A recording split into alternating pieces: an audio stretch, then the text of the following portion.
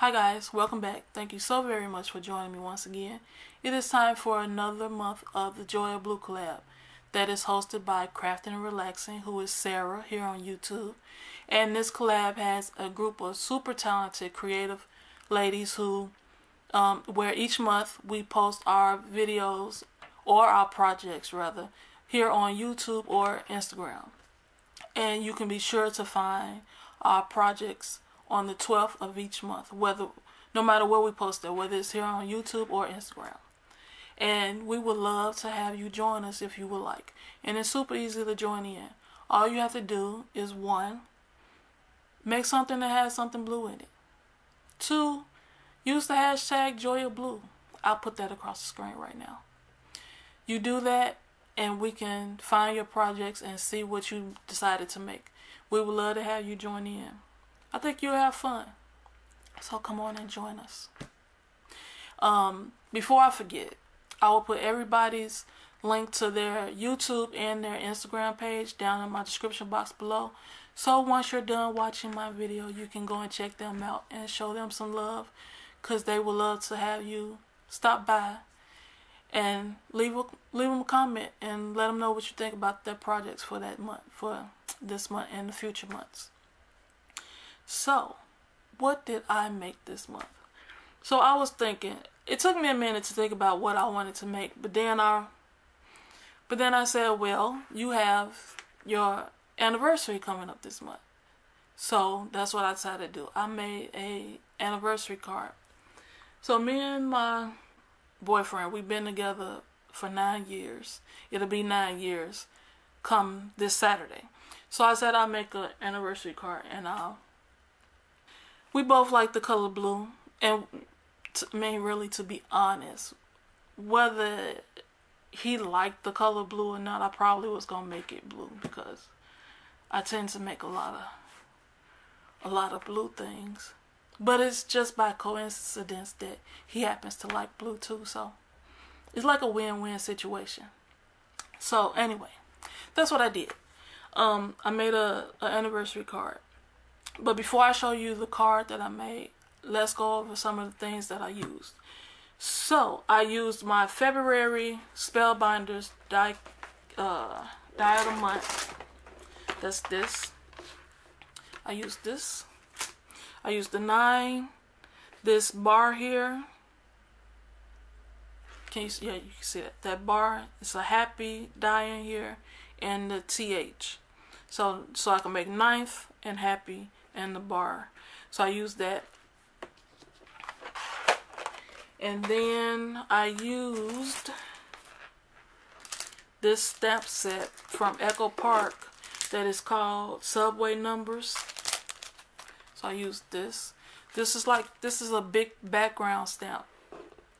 So I used this along with, in conjunction with Versamark, some clear embossing powder, my heat gun, and my laminator. I'll talk to you about how all this plays together when I show you the card. So I used that, and of course, I always forget this. You got to use the anti-static powder. And then with this, you have the iCraft Deco Foil, the blue. So I used all of this. It's some other things I use, but I'll talk to you about that later. I'm not gonna pull the laminator out because that's put up, but I did use my laminator. So now I can show you the card. So this is the card.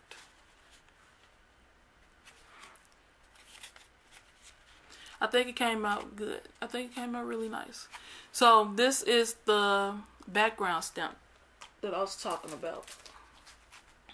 This here. This is the background stamp. So I used the Versamark on this, stamped it onto some cardstock, used the clear embossing powder, set it with the heat gun, then I put the foil over the top, ran it through my laminator, and that's how the blue foil got. stuck to it, because once it goes through the laminator, it heats up the embossing powder and it melts, and the foil sticks to it. So then you have, that's how I get the background. But then when I did that, I cut it up into different shapes, and then I matted it onto some black cardstock. So then when I matted it on the black, then I stuck it down to the white card base back there. And then with the happy die, I cut that out 4 times, and then I glued those together, and it's a black back there, so this is offset. You can't really tell unless, I don't think you can really see it, but it's there, you can see it in person. So it's offset from this blue, so each letter is a little offset, because I had to put something behind the happy so it wouldn't sit right behind this, because it was clashing. So that's why that black strip is behind there. And then the 9 is also has a black die, so a black cutout of the 9, and it's offset as well. And then it has some foam tape behind it, so it has some dimension. And then with the anniversary down here, now I could have sworn I had an anniversary stamp. I searched high and low for that thing, and I couldn't find it. So what I'm thinking is, I might be a little delusional. You know, I might not have an anniversary stamp. It might be wishful thinking. Or it might just be me telling me I need to look for stamps that have words like that on it. That's probably what it is. But either way, it don't matter. Let's get back to this. So I just wrote it out. And I used that bar that was in the die set, this bar here, just to border off where I wrote anniversary. So that's what I did there. So then once I got my front together, then I put foam tape behind the white card base, and then I stuck it to the black base of the card to give it some dimension, so you can see it a little there. So you see the foam in there. And so that's the front of the card. I think it came out really nice. I like it. I'm thinking about going back and maybe adding some, using my Nuvo glitter pen to put, go over this a little. I haven't decided yet, but I got till Friday to decide. But either way, I think the card came out really nice. And then on the inside, I just have the space where I can write my message. And then I put some colored paper that I had on the sides, just so it'll tie in to the front of the card, because this like the same color as the happy up here, and this was card paper that I had already from another project that I had blended with some I can't even remember what I blended. I think it was some I think it was something of Vicky Buden's. So I had some of that paper left, and I used it to cut the happy out. And so I used that, and I thought it blended, it lended to the color on the front of this.